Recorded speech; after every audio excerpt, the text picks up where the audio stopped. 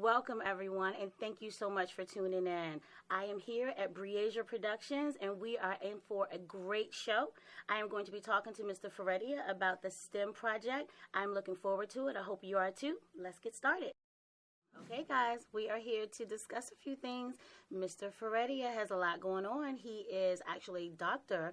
Foretia. He is an endocrine surgeon as well as a trauma surgeon. He is also a general surgeon, and he has a foundation that he needs to tell you about. So let's talk about it. It's good to meet you. My pleasure. So let's hear about the STEM project.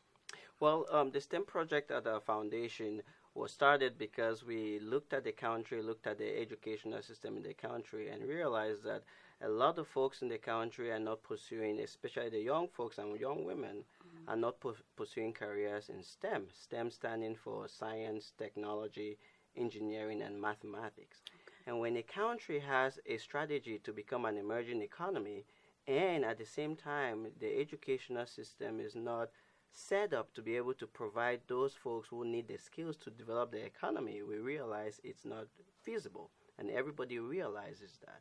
So we launched the STEM prize at the foundation to be able to stimulate the ideas and encourage young people to pursue careers in STEM.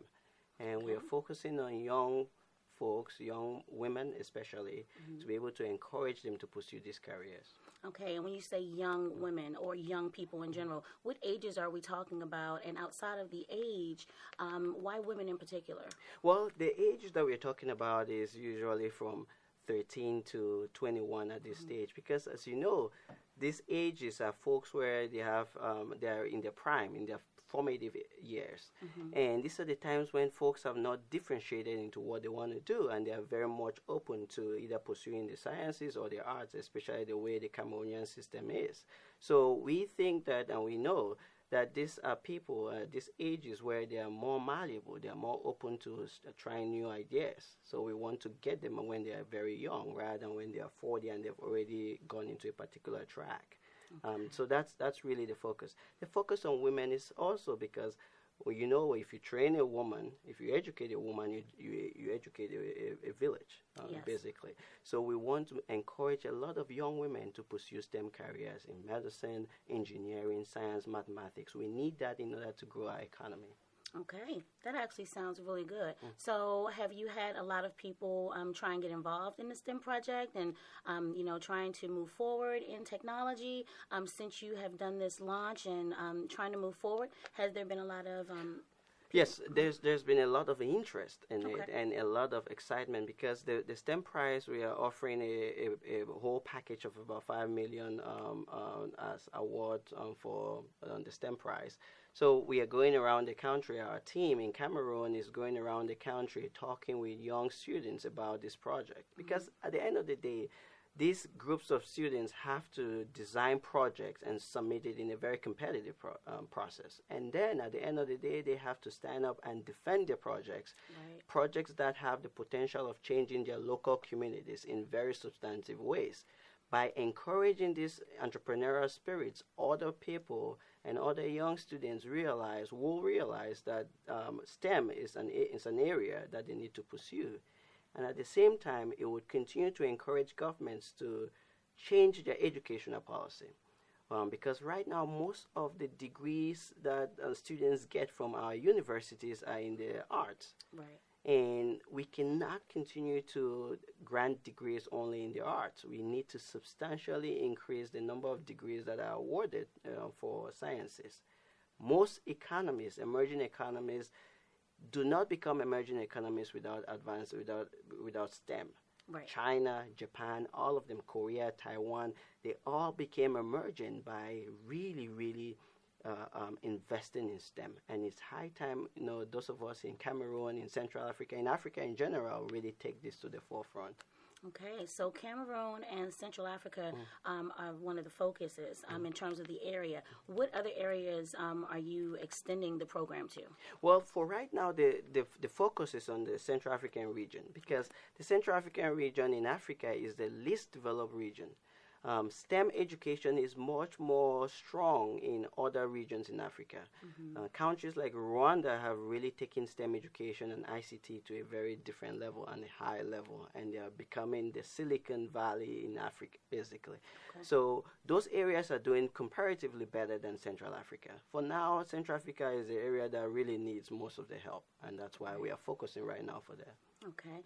And what kind of time frame do you think, like realistically, what kind of time frame would be required in order for this for let's say Cameroon, for example, to become, economically and let STEM kind of move forward? Like, how long do you think it would take? Well, right now, the country strategy is to become an emerging economy by 2035.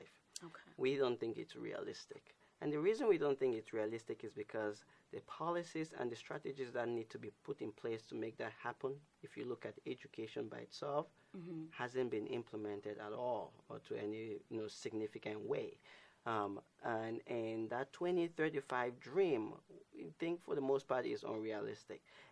If we were to really get our hands, our sleeves up and want to really do the real work, we think, 2 decades is a good time to actually get this happen. But in the absence of that, it becomes very difficult. So are the different various governments on board with STEM and trying to still include the arts, but try and include technology as well? Are the governments supporting it? Well, right now, the government has recognized the problem, and that's a very good thing to start with. What is needed right now is actually concrete actions as far as policies put in place to be able to stimulate, to encourage young people to pursue this. So I'm glad that the government has recognized the problem. Right now, the government has started talking about a digital economy. If you want to have a digital economy, you need the human resources who understand the digital economy to be able to put in place the digital economy.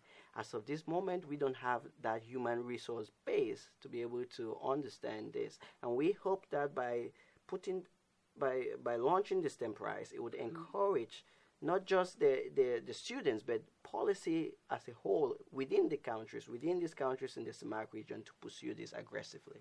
And it makes perfect sense to me. My other question for you would be, why Cameroon? Well, Cameroon is a natural affiliation. I'm originally from Cameroon. Oh, okay. And you want to be able to help your country and give back to your communities. Absolutely. And especially because it's really needed. Compared to, as I said earlier, other regions, the Central African region is in dire need. So basically, you are giving back to your former country and where you grew up, and I think that's wonderful. Okay, Mr. Foretia, I think I got it. I want to make sure that the audience gets it. So sum this up for us. Well, the STEM Prize, we believe, will serve a serious catalytic role in promoting STEM education in the country because it would encourage young students, especially women, young girls, to pursue careers in STEM. By pursuing careers in STEM, the country as a whole would have the greater chance of becoming an emerging economy. The students by themselves will have higher earning potential down the line. And the STEM Prize encourages them to actually design projects that will help their local communities and help Cameroon, help Africa in general. And that process is a very entrepreneurial process. It allows you to learn a lot, to be very innovative in your thinking. And all of those things are needed for our economy to grow. 5 million CFA francs is a serious amount of money. And we already know that it's getting a lot of attention. And we hope that many people, especially the government, start realizing this and takes serious steps in the right direction for education in the country. Well, Mr. Foretia, thank you so much for being on the show. I think that it has been marvelous, and thanks so much for giving all the information and for everyone coming out. It has been wonderful. I hope this has been informative, and I look forward to talking to you the next time.